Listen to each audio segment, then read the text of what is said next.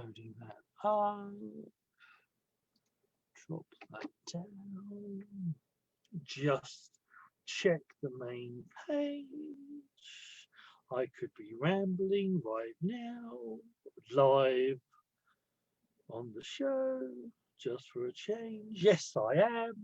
Okay, here we go. But before we begin, let's have an intro.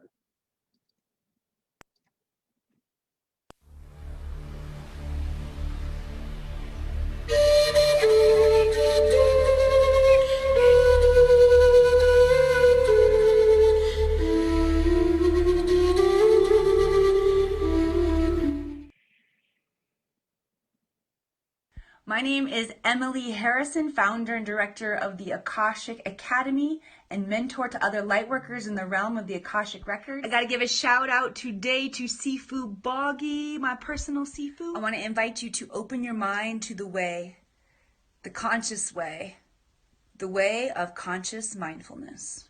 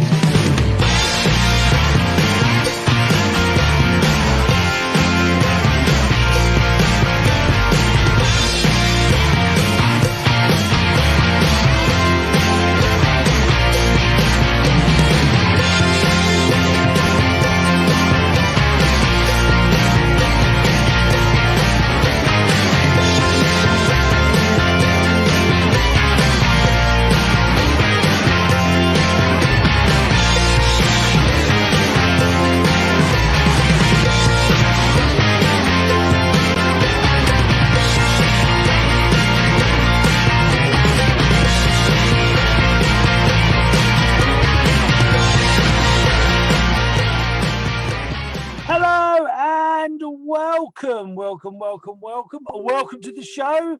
And probably slight technical difficulty. Let's just quickly sort this one out here as well, like so. And hello and welcome to the show, and welcome to our very first episode. I have to look before because I'll say it wrong otherwise, and then Rhea will tell me off. And you can turn your audio. You can turn your audio on now, your mic. So welcome to what's the crack, which is our show. It's, well, if you know Rhea already, girl, if you already know her, you know what she's like. If you know me, you know what I like. So put us together, and it could be an interesting show, to say the least. So yeah, we'll be talking about lots of different stuff, and each month we'll ramble on about something. I'm not totally sure what, but I'm sure we'll figure out something. I've actually had to. I'm actually going away, so I've actually had to take off my ring light, so I'm slightly in shadows in the dark. But anyway, so good evening, good afternoon, good morning, wherever you are in the world, and hello, Rhea. How are you doing? Doing good. Awesome, cool. So right, so yeah, I've shared out a few times. Oh, we've got some comments already. Joseph Delaney says about time, and that was not my fault.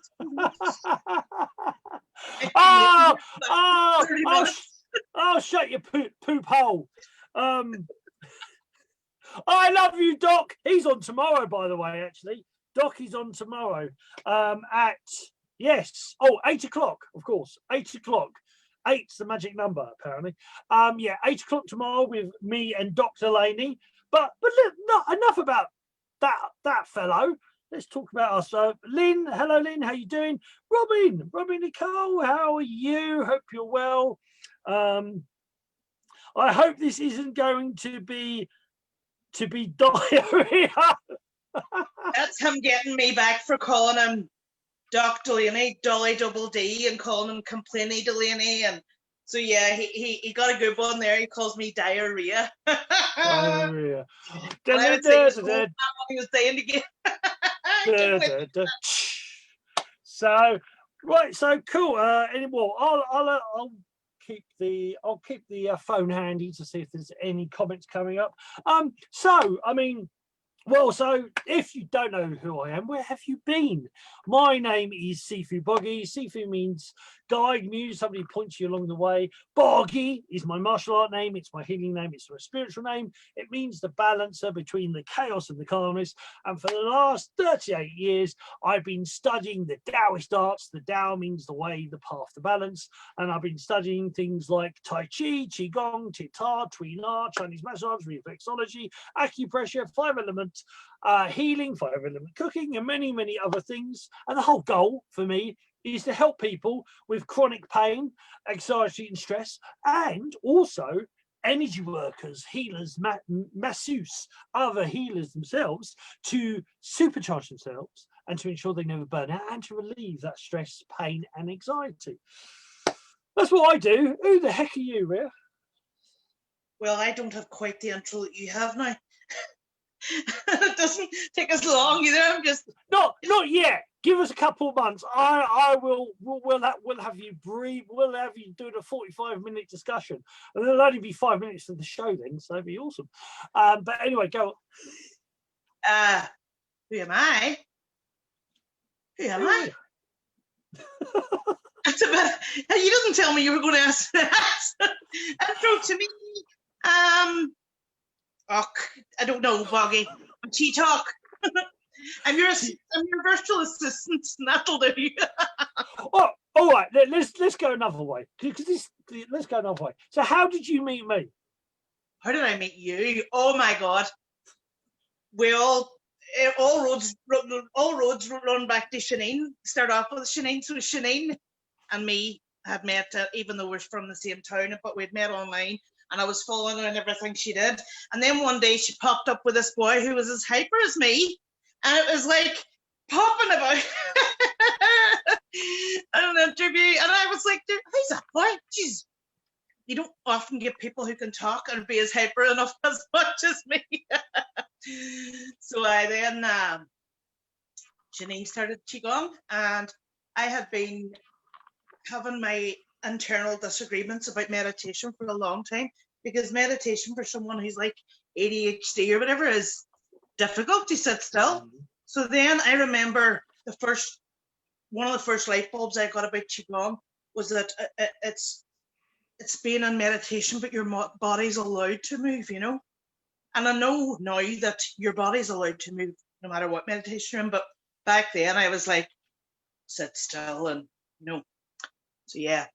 I got into it, and for my chronic illnesses, chronic everything, it worked wonders.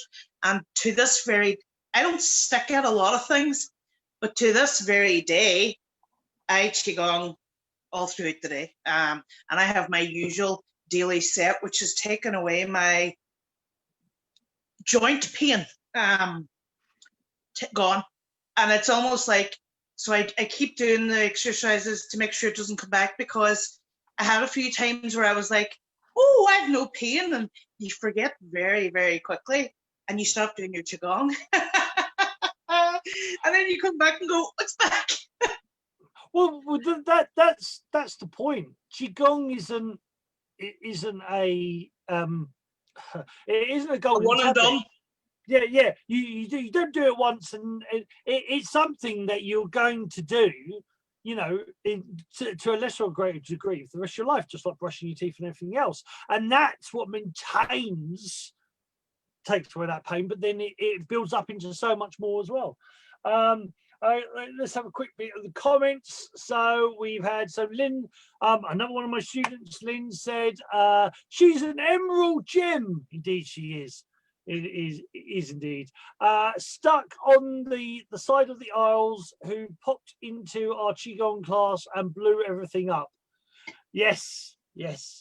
Well, the Gale will tend to do that. The Gale force. the Gale force. Yeah, the force. Well, I'm the Jedi force. You're the Gale force.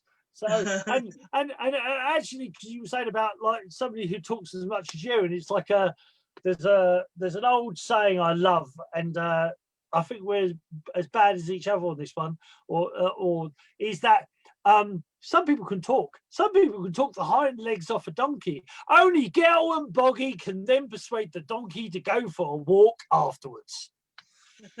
So yeah, so indeed. But I miss So, nothing as well, Boggy, as you've learned. I am totally distracted and motor mouth, but I miss nothing. oh no, definitely. Yeah, you and I are very similar on that because everybody thinks, oh, you know, you never shut up. How come you've noticed everything? It's like just because that's moving doesn't mean that these and these don't work.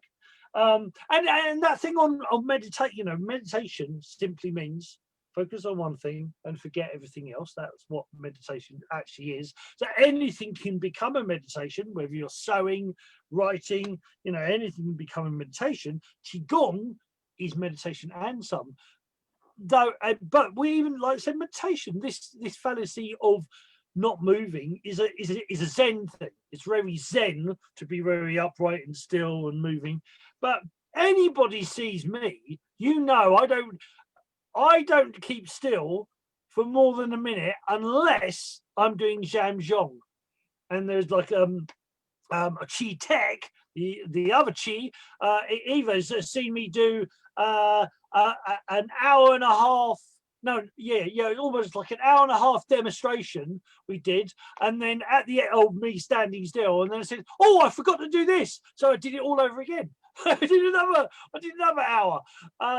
So, but I had to learn that. You know, it was easy to it's easy to do some things for everybody and hard to do others. So keeping still, building energy was easy for me.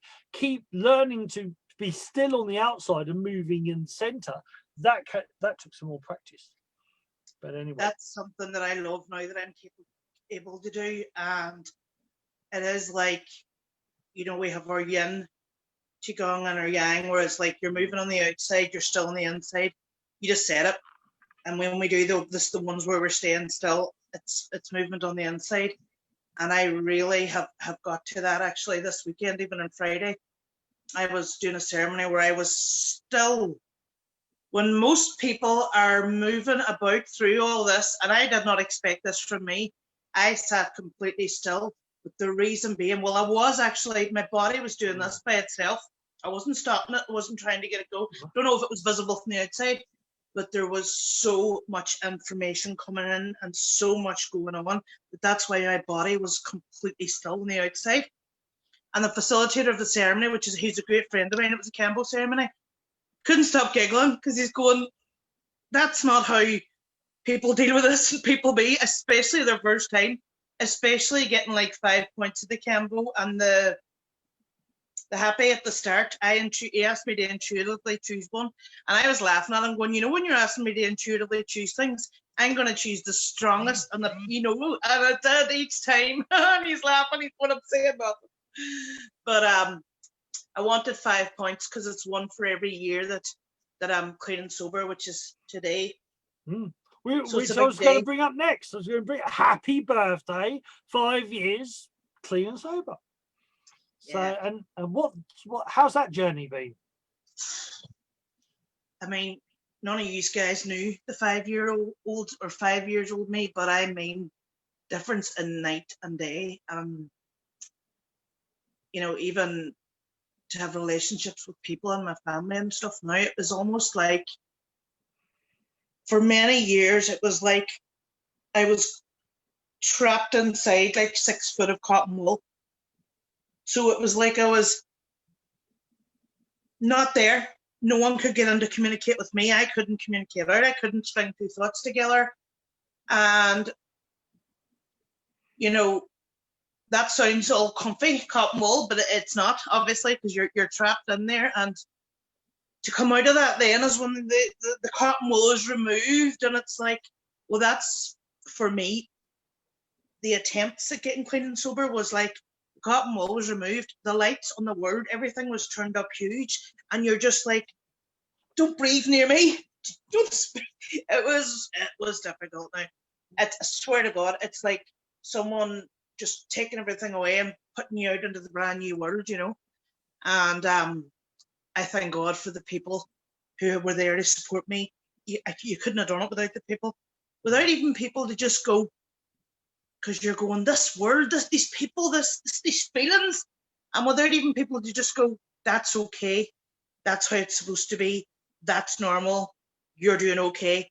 That's basically, you know, you need that. You so needed. I so needed that, because you don't know if it's normal, or you don't know, and and then obviously the phone calls where I don't think I can do this anymore, and then they're like, listen, you know, let's go. I had a very good friend, and one night I rang him angry and told him that I was going to get. I had some conflict going on in life, and that I was getting drunk, and that was it. And he stayed on with me for 2 hours, and for the first hour, everything he'd said to me to try and show me that that was not going to be a good outcome, I had an answer for him. See, that was me. I always had an answer. And it was funny, for the first hour, I had an answer for everything, and it was like, no, but. And then the next hour, we stayed on another hour. Then I was in agreement with him, and we got. So, I mean, people are doing this, and we all do it when we've been into Narcotics Anonymous or Alcoholics Anonymous. It's just part of the journey that we support each other. And it's without that, I wouldn't have got here, you know. Mm. And then I went into deep spirituality, you know. I walked into the NA rooms going, I don't want to hear about preaching and praying and all this and all that. I already knew I had my faith, but I didn't want anyone to question it or have an opinion about it or tell me it wasn't right, because I've been having experiences since I was no age. And if somebody was going to say to me, yeah, but that's not allowed in here, you know, I was going to blow the joint.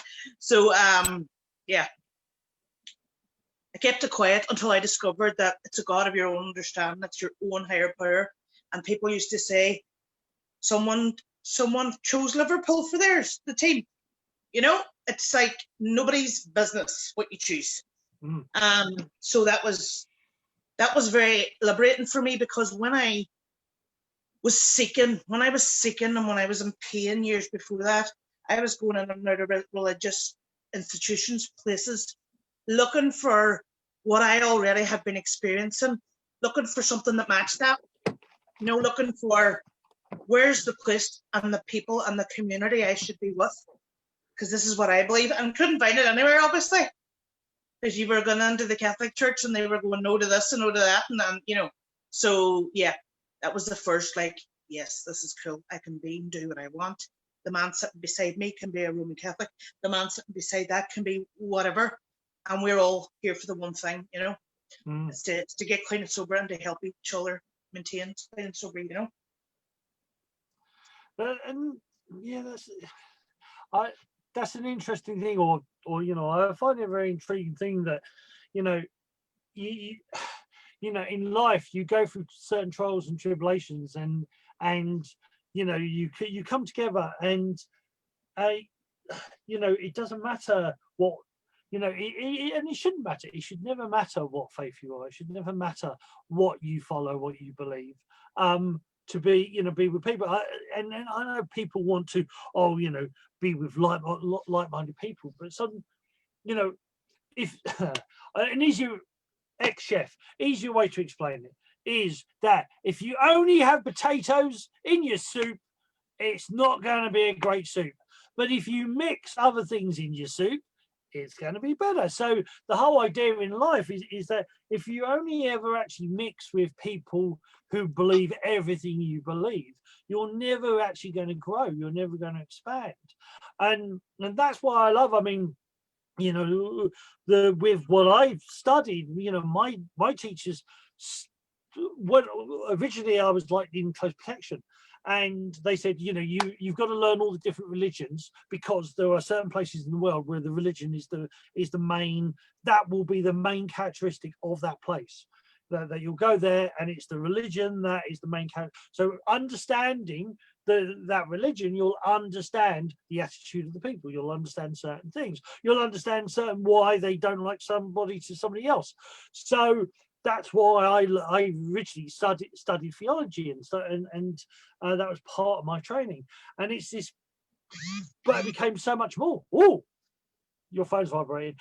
It became so much more because it was that learning from different people, and different philosophies and learning different understandings will not only enrich your life, but will also test your own faith and what you believe, because an opportunity and life itself will test test what you believe. And it's like, like the interesting thing always with me was my Taoist viewpoint. Philosophy is that there is no good or bad, there just is. And so there's been plenty of situations where, well, it seems pretty bad, but when you look at the bigger picture and you look at the outcome, is that everything is a lesson, everything is something to learn, then and it's this whole understanding of that other philosophies and other ideals and other realities enrich you, and also that we can all have the same, you can be in Alcoholics Anonymous all with a similar thing, and you already have a connection. There's already a connection with all these different faiths, because you're or like being in a car crash and you have different people around you from different faiths, but they were all in that crash, and you can all come together and be one together and help each other. We weren't I've never believed we weren't meant to have different faiths, but I definitely believe that we never were meant to be separate in those faiths, meaning we weren't meant to, just because somebody's got a different faith or a different philosophy to you doesn't mean that you can't have them as your neighbor or as a friend.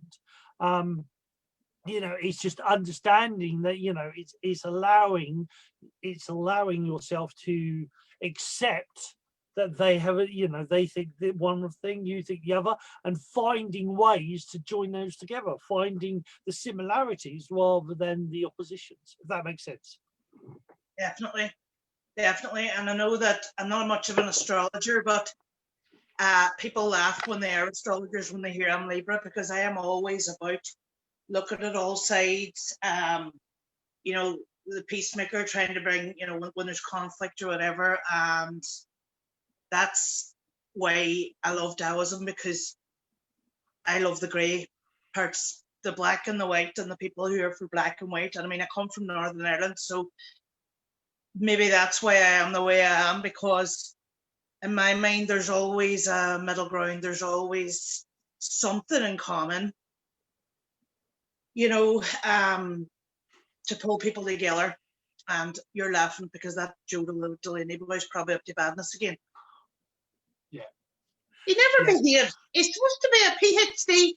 Oh, here, I've got his flipping title on my phone, because he's coming on my group on Friday at 2, and I've got his psycho-neuro flipping, can't even remember how, that's psycho-neuro, whatever.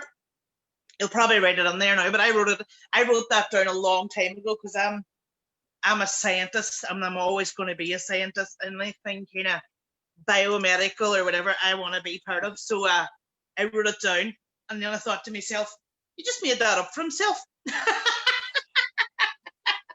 He just decided on that one day. So Shaz in the house. Hello, Shaz. How you doing? She says, "Oh, I don't." So I've gone back on it, because I'm actually using my camera as the light to light up my face, because I've taken my ring light down. So it's like, try to be semi-professional and have a light there. But and now I'm having invented a long time ago, Boggy, and it's a light. There's a switch on the wall, comes through the roof. Yeah, they're not that great, because I've got the window there and the light there, and it's anyway. So she says cotton wool removed. That's a big A. Saying take the cotton wool out of your ears and stick it in your mouth. So instead of start listening, stop talking. And another one was always 2 ears, one mouth. That's a wee mantra I would say to myself at times when I'm trying not to overtalk. Is 2 ears, one mouth, 2 ears, one mouth, 2 ears, one mouth. Or, as my Steve would say, breathe. Boggy, breathe. But I can breathe and talk at the same time, because I'm also... Less talk, more do. Joseph said, Doc said, super quote, Boggy. What did I say? I don't know. I never remember. Mediator said... Everything's made up, he says. Of course it is. Look, Psychoneuroendocrinology, immunohematology. What she said. What he said. Yeah, indeed.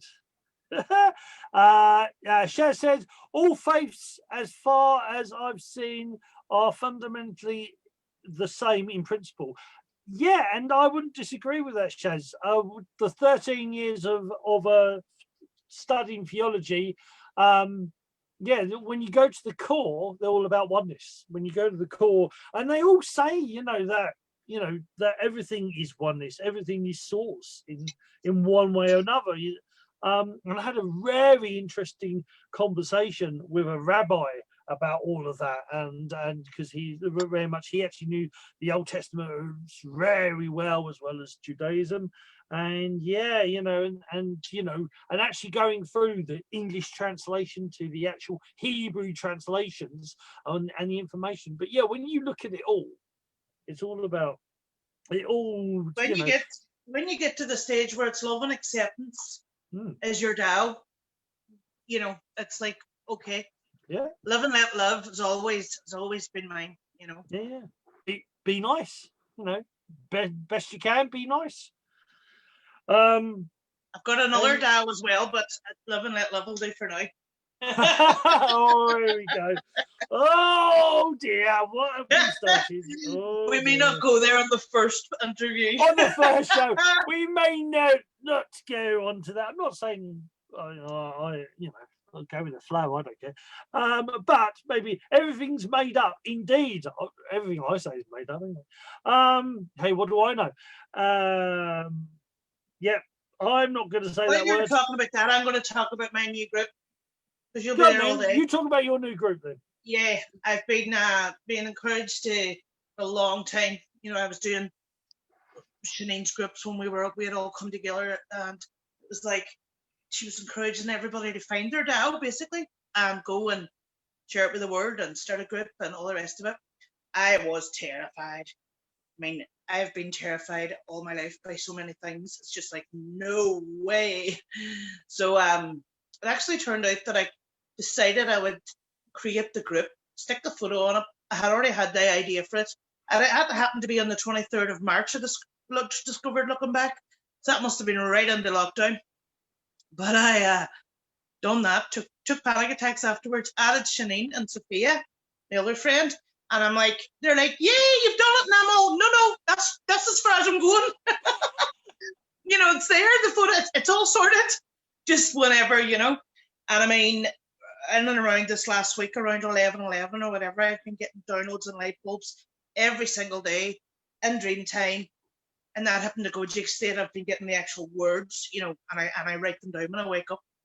Because you think, I don't know what that means now, but I'll write it down. Some of them are so strange. One of them I still have no idea.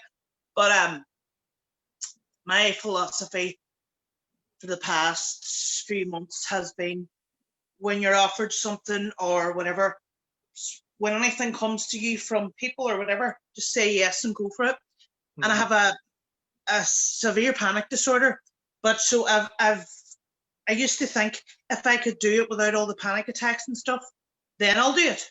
That's when I get over this part of myself. That's when I'll have a life and love. So I kind of discovered these things come to me, and it's like, yeah, it's so much sense. But I've heard them many times before. But we definitely get the things in the right time. So it was just like, yeah, go for things. Say yes.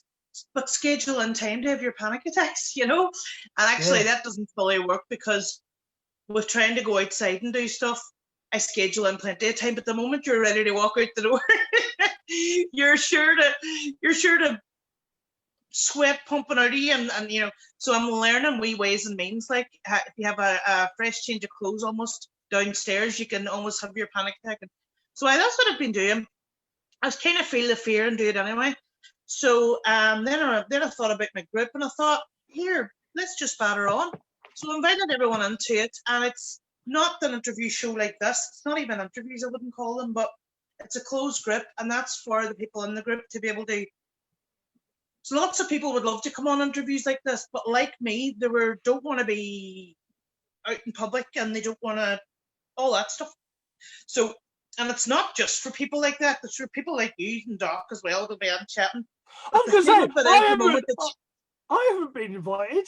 You have, but you have not accepted it as usual. Boggy goes, invite me in. You invite him in, and he's sitting on the not accepted list for fucking weeks. But I'm laughing because Joe's on Friday, and you'll be shitting yourself to get in the group before that. You'll be going, where is it? So yeah, it's around the theme of the moment that changed everything.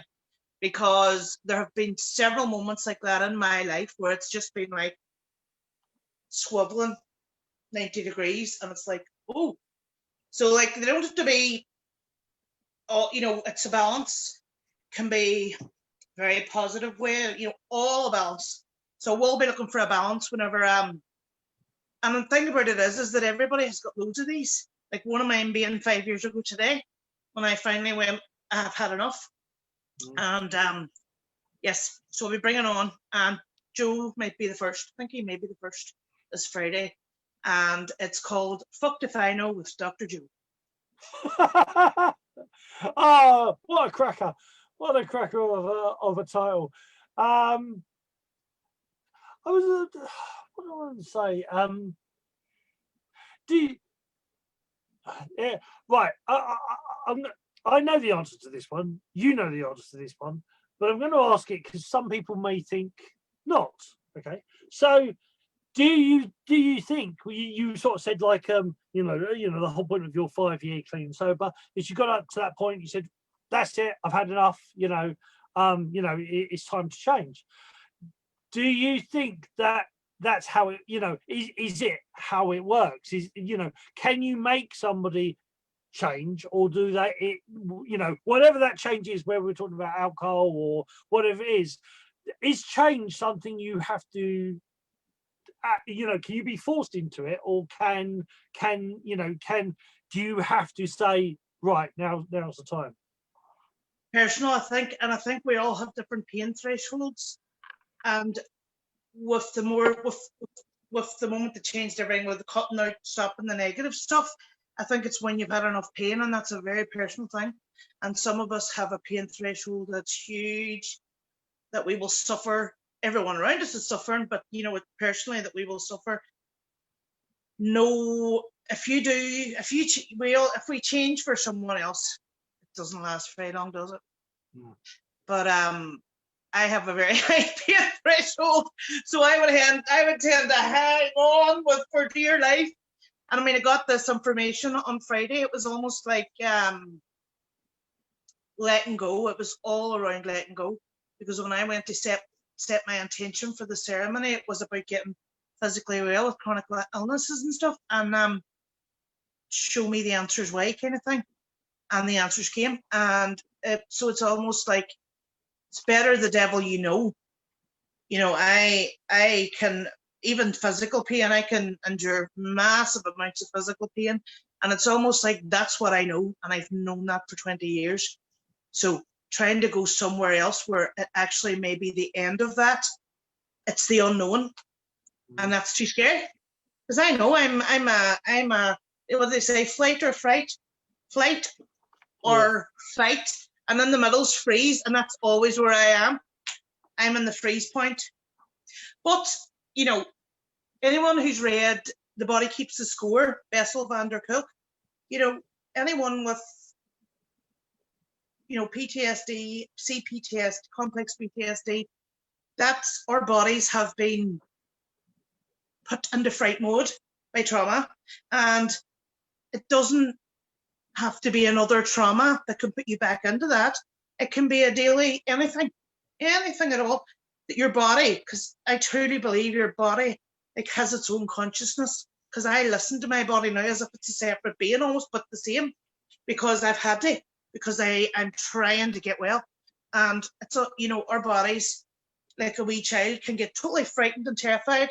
We're over here in the brain or whatever, and we don't know that the body's done that. And we're trying to push ourselves to do an A, B, or C, or D. And, the body's over here terrified because it had some kind of a emotional flashback, a physical flashback, not even flashbacks, just the thought of fear, So that's why, you know, I don't blame myself, or I try not to blame myself for being in the stuck mode, because I'm learning that, see, I blame myself for it the whole time, always did. And we have to get out of that, you know. Yeah.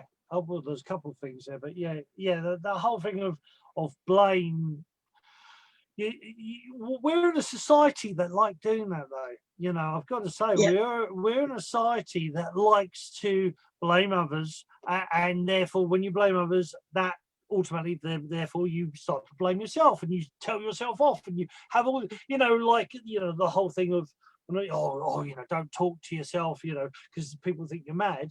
You talk to yourself all the freaking time. There's all these voices. There's all the voices of you know, like your you know, when you was a little child, the people telling you off then, whether it's your grandparents or whoever, and any negative voice is in your head in some form, you know, on automatic. And that whole thing about, you know, the body being, it's, you know, its own consciousness. Well, NLP, psychology, they go all into that. I know Doc will know a lot about it, you know, will have a lot of information on that. And it's this whole, there's loads of processes, and the whole thing of meditation, well, the whole thing of Taoist meditation is to find one thing, like your finger, and start listening and feeling your finger, and then your hand, and then your arm, and you eventually bring that all together. You know, you bring that all in.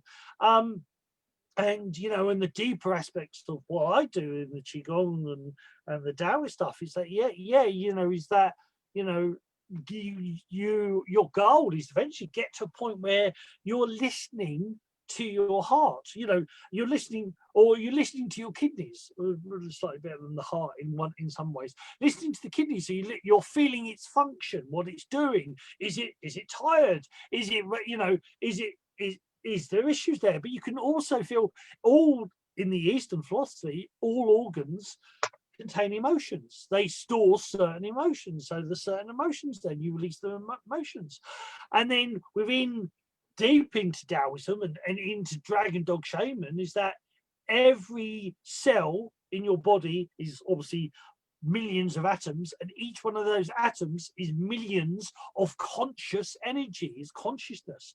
So your whole body is a whole universe of different, you know, consciousnesses, and the whole point is to bring them to one, you know, this, like, you know, collective, or oneness, God, source, collective consciousness is actually learning. You know, the thing is that we're so out of balance with our body physically, that we're actually out of balance with our body emotionally, and we're out of balance with our body spiritually. And it's this whole thing of, no wonder we're, you know, have a rough ride when you can't even balance with you. And it's not about controlling your body, it's about balancing with your body. You know, there's one of the biggest things, it's not about control as such, it's actually about listening. The biggest thing, Xiao Shu, which is pushing hands, but it's pushing hands is actually about listening to the person you're doing it with. But before you even listen to the person that you're doing it with, you listen to yourself, your own body, and listening to your body. And, you know, Doc talks very much about listening to the heart, you know, not so much about focusing up here. It's, you know, it's focusing down here. And technically, you know, we have 3 lots of brain cells. We've also got the one in the head. We've got brain cells that exist in the heart. So there's a mind, a brain in the heart, and there's also brain cells in the gut. You know, in the solar plexus. You know, you actually have memories stored there as well. That's why, you know, certain things can trigger you know, nervousness and tension. And it's this understanding that all of this is part of the whole, and it's about learning to balance it all, learning to, you know, but you learn through listening. Less of this and more of this. That's why I've got such big ears. Some of the biggest gifts, the Qigong, and not just Qigong, well, we know, like, it's not just, when you come in at the start, maybe it's kind of like moving the body, and the more we do and the deeper we get into all the different parts of it. And, you know, listening to your body and seeing where you hold tension. sounds like something we've all heard a million times before, but some of the biggest light bulbs is the work we've been doing, and I've just seen where I'm holding tension and, you know, how to work with that and stuff. But yeah, that's maybe, that can be gone into deeper maybe at other times. But so yeah, there's, I don't know. What do we talk about next? Joe normally goes, your turn, back to you. What have you got to say about that? And then he normally goes, I've no idea what I'm talking about here.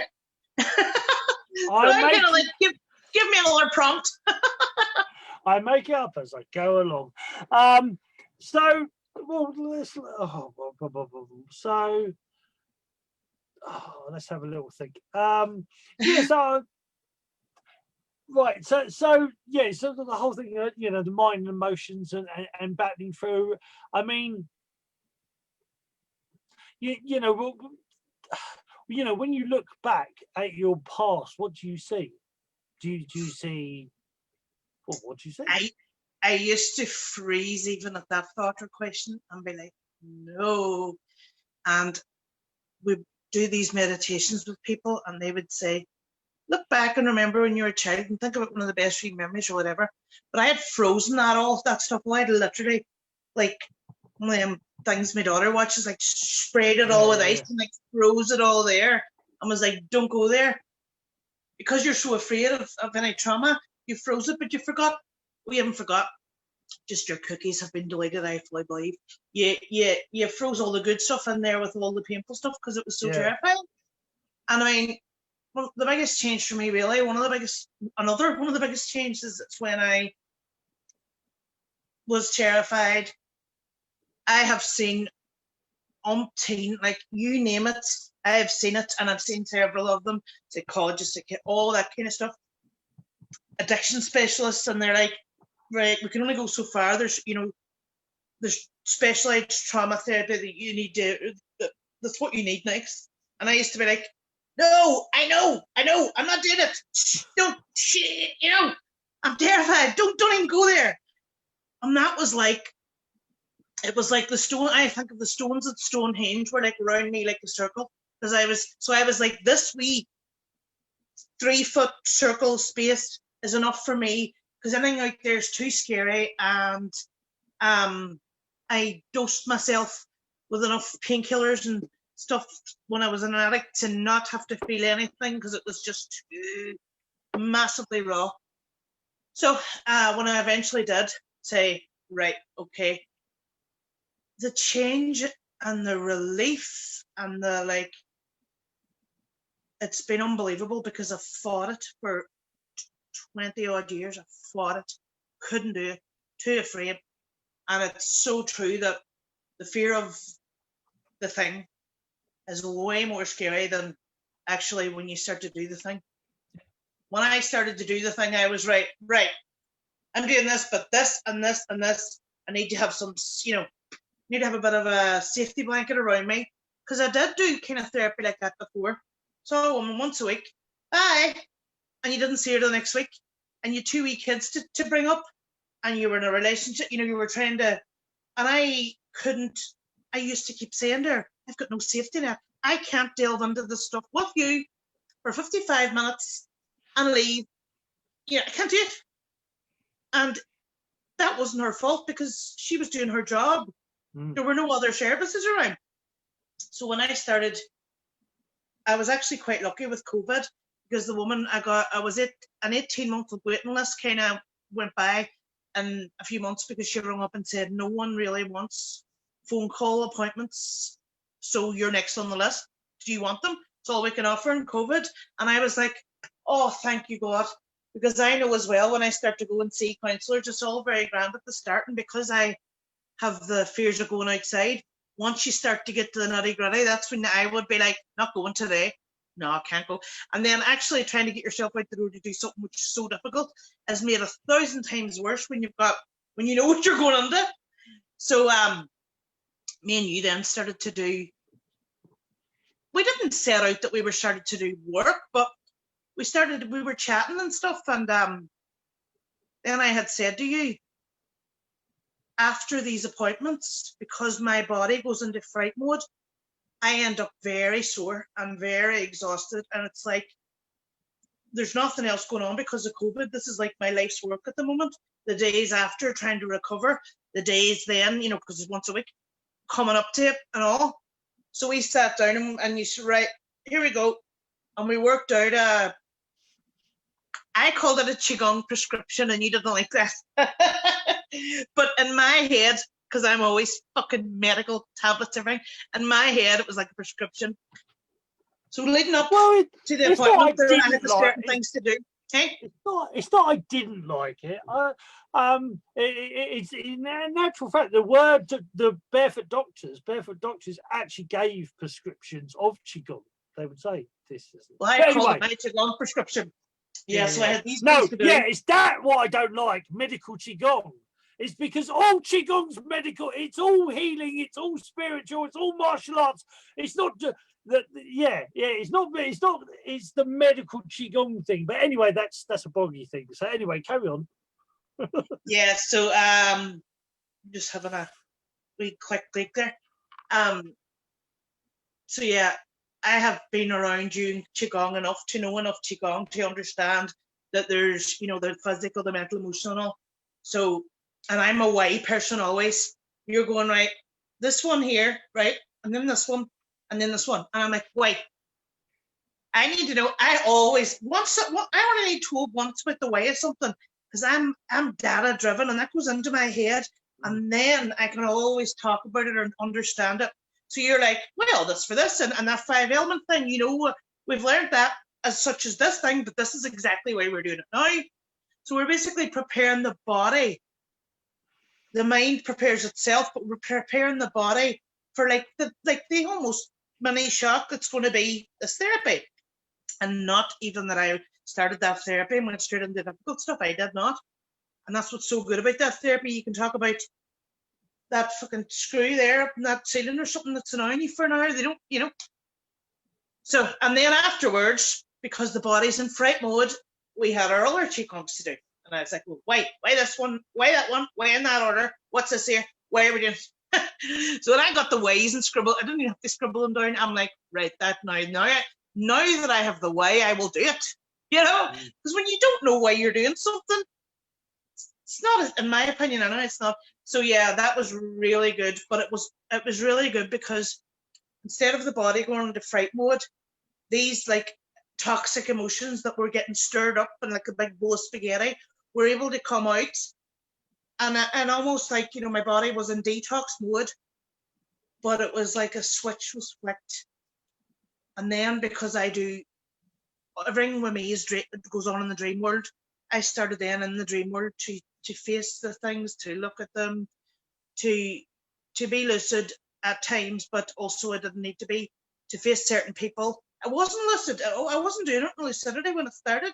I was just walking up to a certain person and going, excuse me, stand there a minute. This, and this were wrong. And that's all.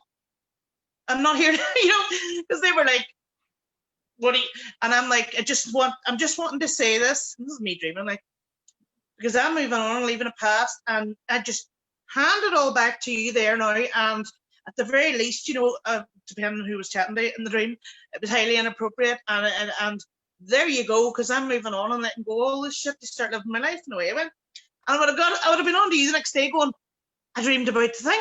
The next one, they just came one after the other. They're still coming, you know. And it was great because when I deal with trauma in dream time, it's easier. You know. Well, see, I haven't talked about it as much, but that's so we're in in Taoism, you know, means the way. So there are different ways. So there were different styles of Taoists, different paths. You've got the barefoot doctors who are like spiritual doctor, you know, did things in a spiritual scientific way and had their sets and did this and this. The dragon dog shaman work very much with the freeze. Everything is energy, everything is consciousness, and it's basically Qi, Jing, and Shen. Physical vitality, emotional vitality, spiritual vitality. Then you've got the cloud cloud whisperers. The cloud whisperers, apart from they would read the clouds like tarot cards, and they would follow, and also they were very much into things like, if you've heard of Ho'oponopono, they were very much that version that the outer reality is created inside, but they also were dream sifus. They very much, they would heal, they would ask people about their dreams and talk about their dreams, and I sort of had to, my sifus, Boggy, you're gonna learn everything, hence why I'm called Boggy. So yes, I had to learn all about that as well. And so yeah, it's really, really cool that you get, because in the dream you're in control, because it's now because that's the thing we forget. Once it's in the past, you can change.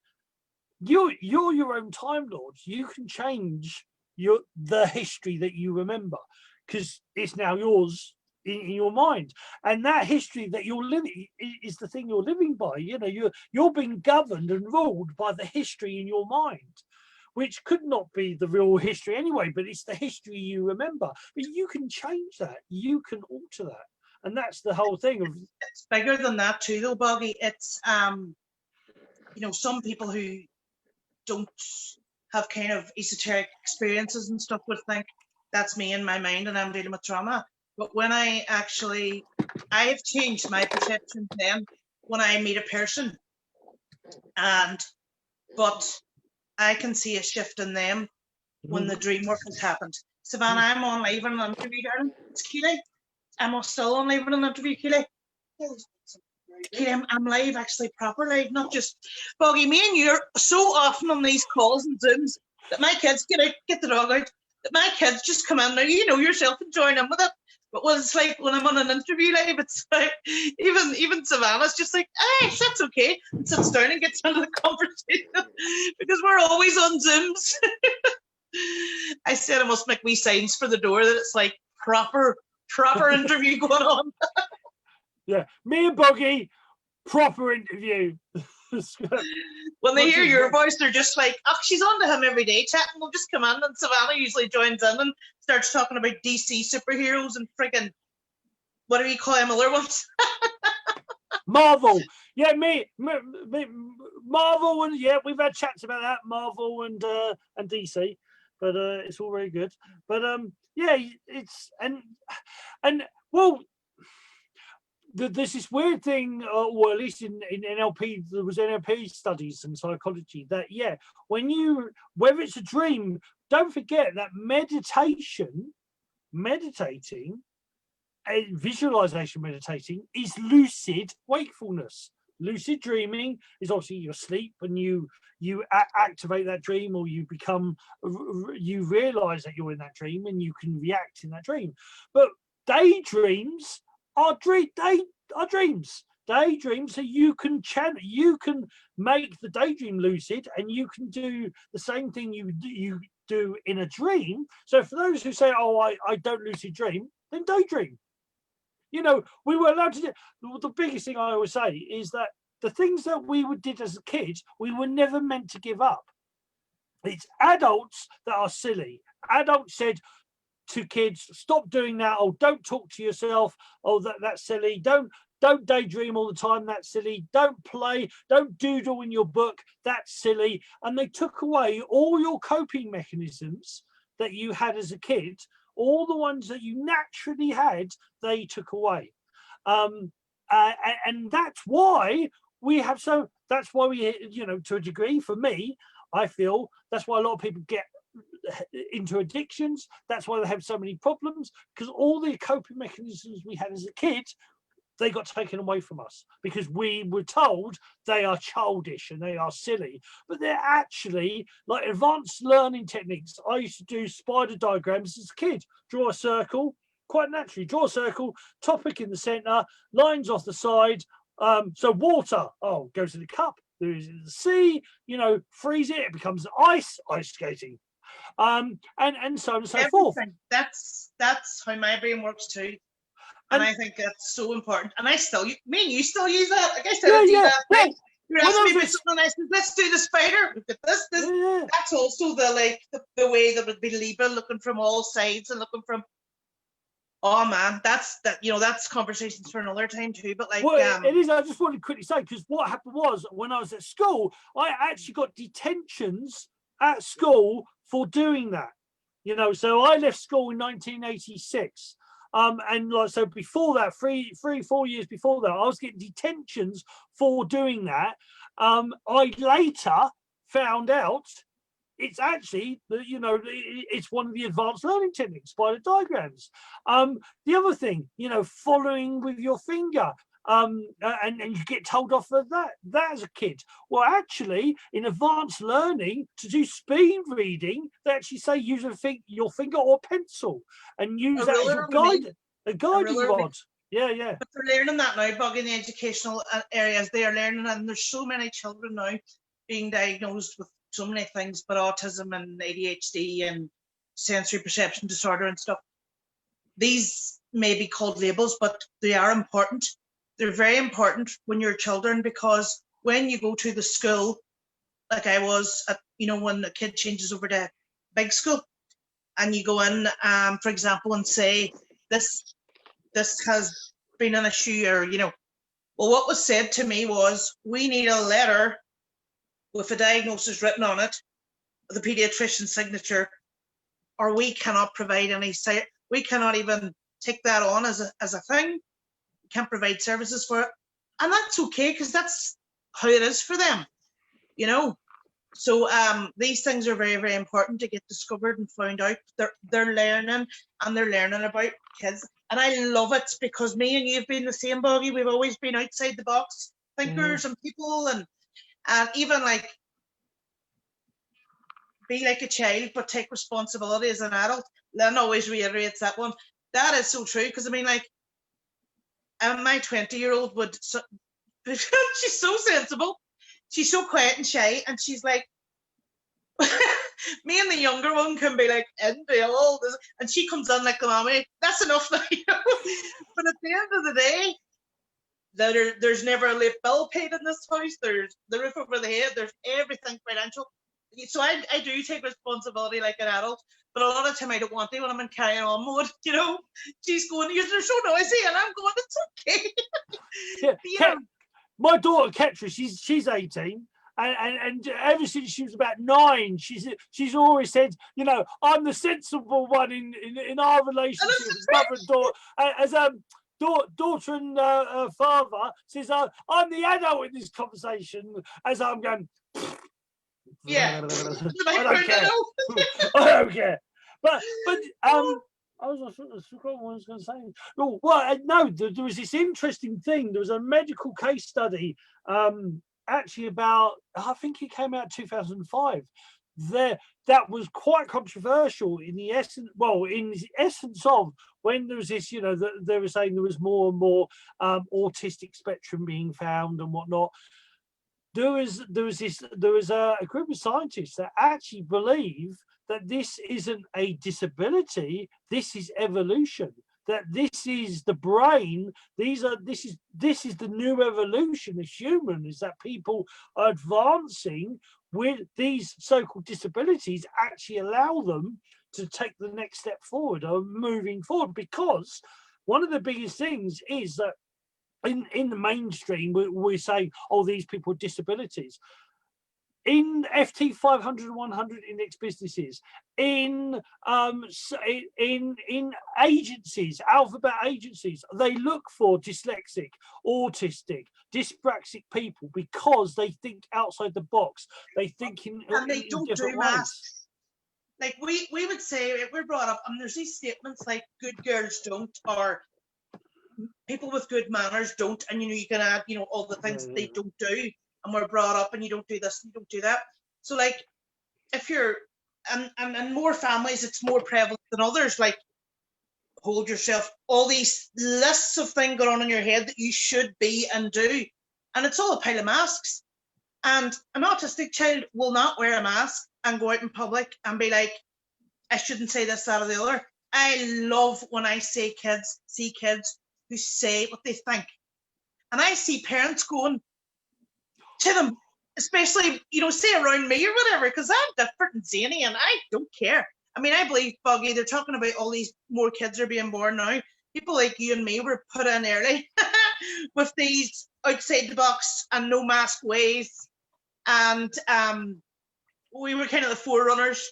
We maybe had, and that's so good when you are, because you know you can explain to your kids, and you can explain to the kids as well.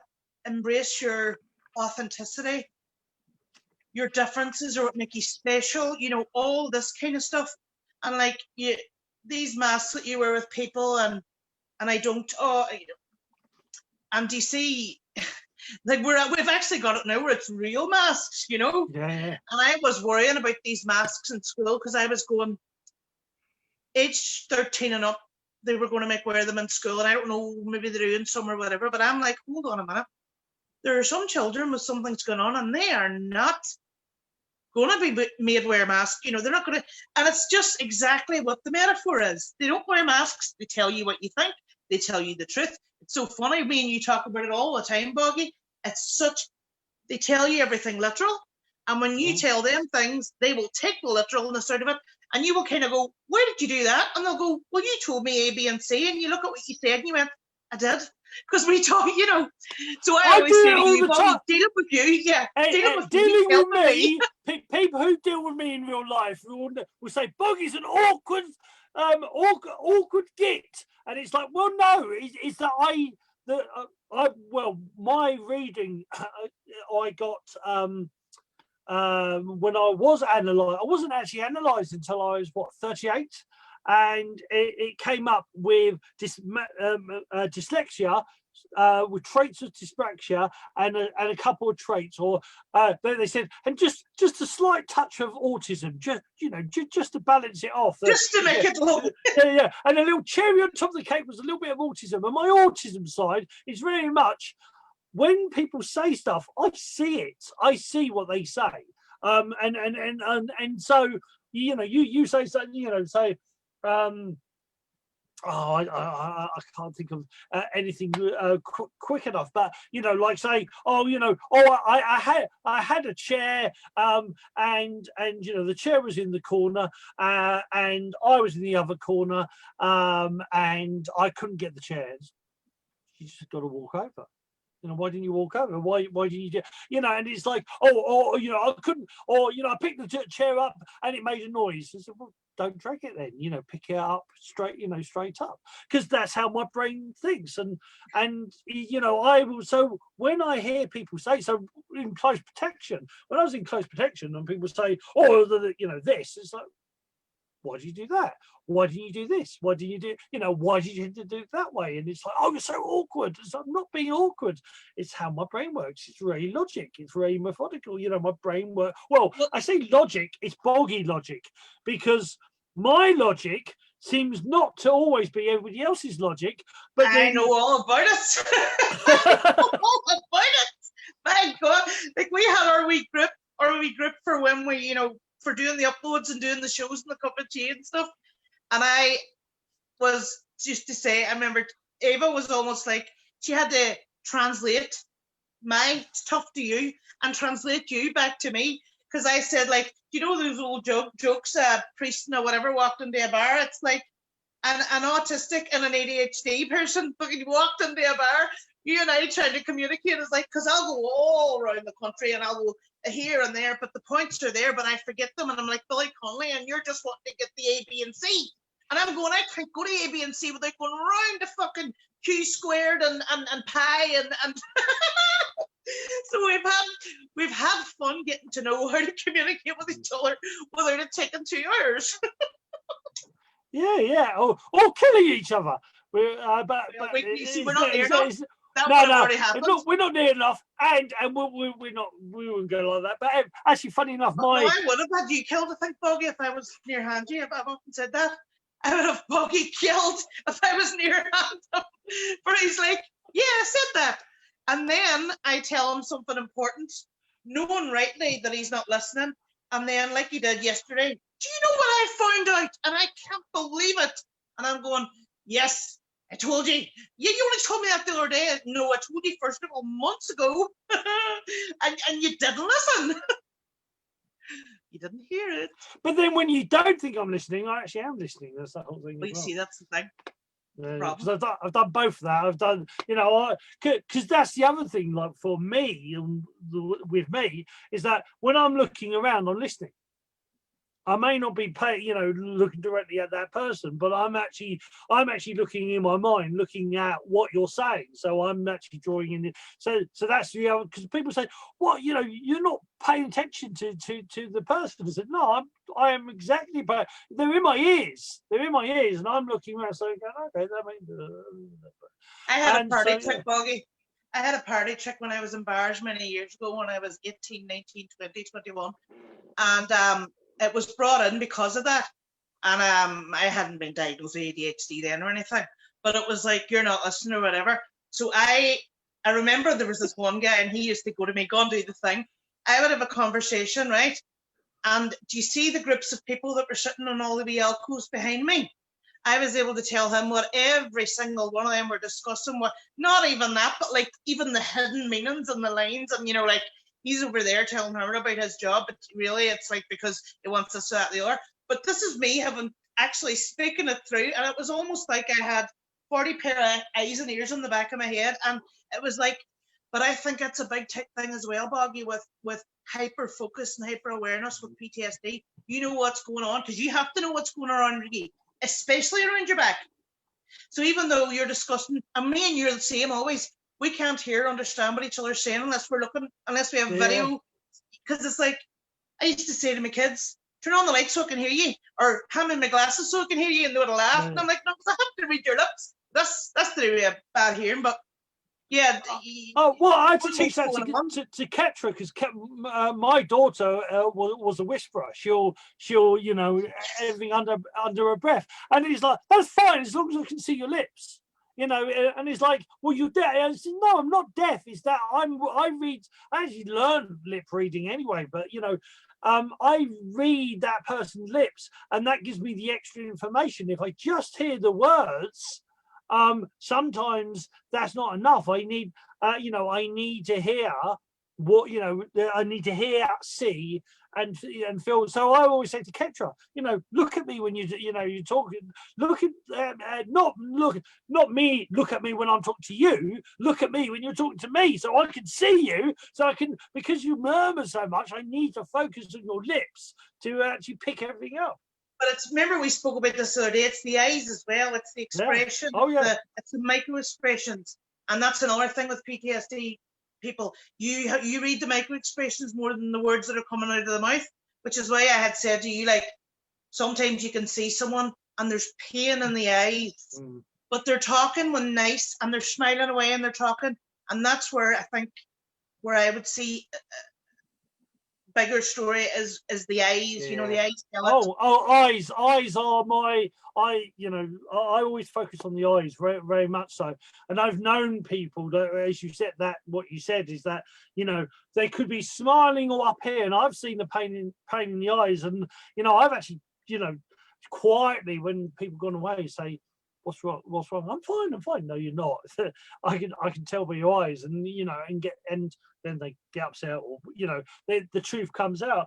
But we're slightly naughty sort of show, is that the reason why, you know, I'm not a normal bloke here. I never get caught looking at people's boobs, because my focus is always their eyes and lips, because my boobs are people's eyes anyway. I'm fascinated. I love eyes. I studied iridology because of the eyes.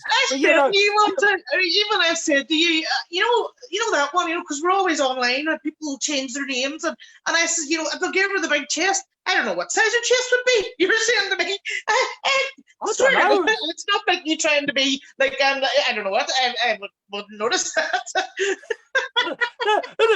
Yeah, and so many times, like even like the bodyguard days, the guys go, "God," no, I just noticed she had blue eyes with a slight little green fleck in the top right-hand corner. What? It's like, I don't know. But you know, yeah, you carry on with the boobs. I look at the eyes. You know, I'm fine, mate. So yeah, that was always a boggy thing. That, and I've been told that, you know, you never look down, do you? So no, because it's all here. The information I need is here, not down there. It's all up here. So Maybe that's why you fall off your bike so often, but oh, she got a nice pair of eyes. Bosh. So, right. Okay. I know Well, you gotta go, mister. yes, indeed. So we'll wrap up. Well, it's been a great show. It's almost like an interview, this one, but it's been a great show, and we'll do this again next month. Have we booked up yet? Do you know? No, I actually have to sort my own flipping Q&A out, because I have to hand it to you, but I have loads of people to give it to for my own show. Oh yeah, by the way, anyone who wants to join my own closed group for these kind of, I prefer to call them chats, but just like we had now, it's a chat more than an interview. But not only, they don't have to come in but there are lots of great people have already wrote in on my group, mostly yesterday, and said, I'll come on chat with you, I'll come on chat with you. These are amazing people. So I think it's going to be quite interesting. And also, a lot of times we would have a lot of these chats, and I think, because we're all on internet, it's a social media thing, like, but getting to know more, this is where I'm nosy too, getting to know more about actual people's lives, because that's where it is for me, you know, this change and that change, and this was amazing. And so yeah, if anybody wants to join, they can either write down below. I could actually share see, I'm new to this crap. I could share the group down below. Anybody? Yes, you could. Join. Yes. And then I could join. Yeah, no, well, you've already been invited. I might block you for the crack. For you know, Facebook doesn't give you notifications anymore. It'll be there in my thousands of notifications somewhere. So, might have to add you in, actually, because I might need a bit of your help with broadcasting the Zoom onto the live. So yeah, might have to add you in. Well, anyway, Dr. Joe Delaney. Yeah. If people don't know who Joe is, you're missing the trick, because he is. Yeah, and if you do know who Joe is, you know how much fun it's going to be. Yeah, the expert himself. If you know who Joe is, my sympathies are with you. But actually, Doc said, what did Doc say? Yeah, him and me are twins, but he's the better looking one. That's true. Now I must admit. Oh, thank you very much. See, he's the younger one. That's what it is.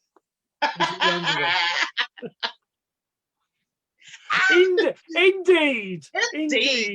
That's all I'm going to say to that one. So Dr. Joe Friday at 2 p.m. I'm just jumping in with all my stuff. Boggy will be on soon, but I didn't want to open it up and do Boggy. You know all my best for Boggy, Shanice. I wanted to have a bit of a mix-it up.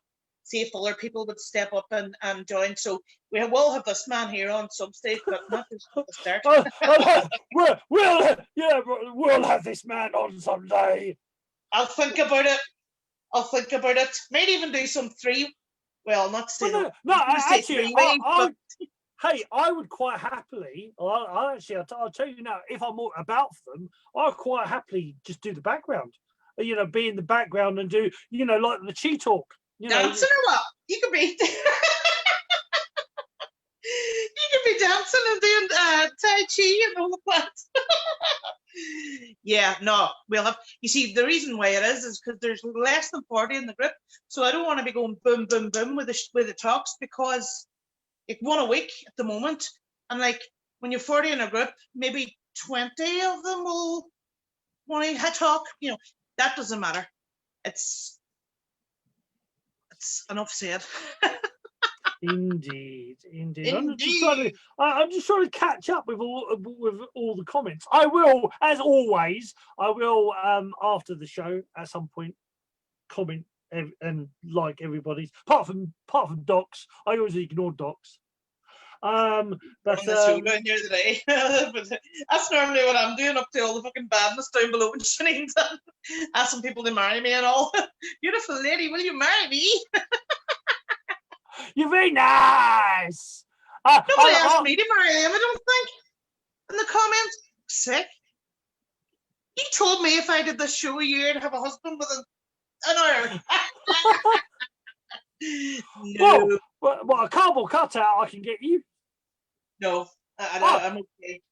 I've worked out in my life now. I'm buying a drill, and I'm going to do some YouTube work. And I've worked out in my life that I'm trying to work out that there ain't no thing in this world that a man can do for me that I cannot do for myself. So yes, fucking plumbing and electrician when you've just moved into a new house. When you are, and I know Shaz knows about this, when you are hyper super independent, it's annoying.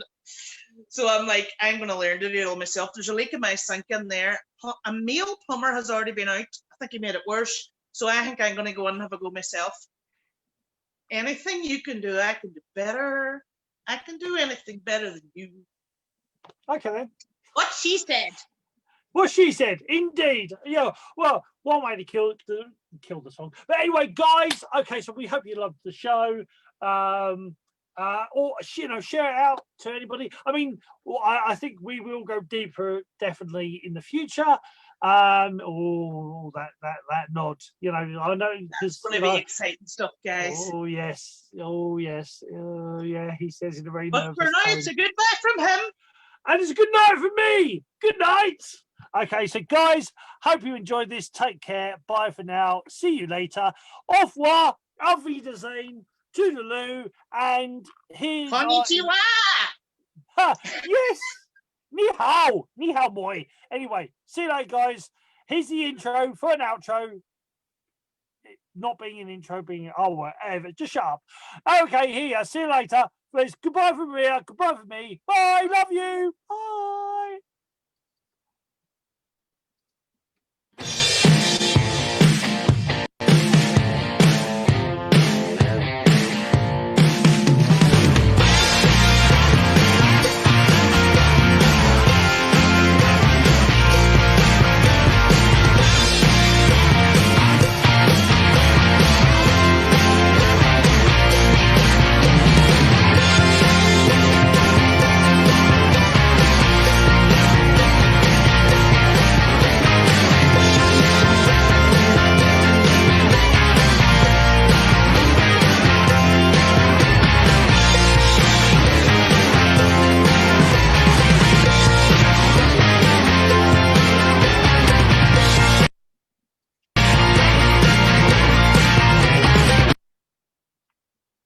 Oh, that didn't work very well. We're still live. Say we can shorten that a wee bit. Yeah. See you later.